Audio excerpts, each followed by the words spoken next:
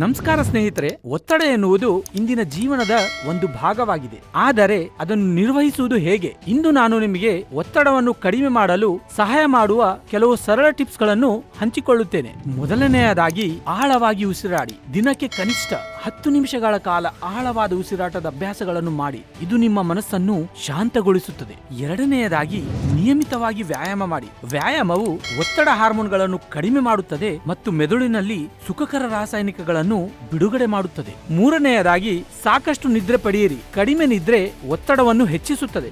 ನಾಲ್ಕನೆಯದಾಗಿ ಸಾಮಾಜಿಕ ಸಂಪರ್ಕಗಳನ್ನು ಬೆಳೆಸಿ. ಪ್ರೀತಿ ಪಾತ್ರರೊಂದಿಗೆ ಮಾತನಾಡುವುದು ಒತ್ತಡವನ್ನು ಕಡಿಮೆ ಮಾಡುತ್ತದೆ. ಐದನೆಯದಾಗಿ ಧ್ಯಾನ ಮಾಡಿ.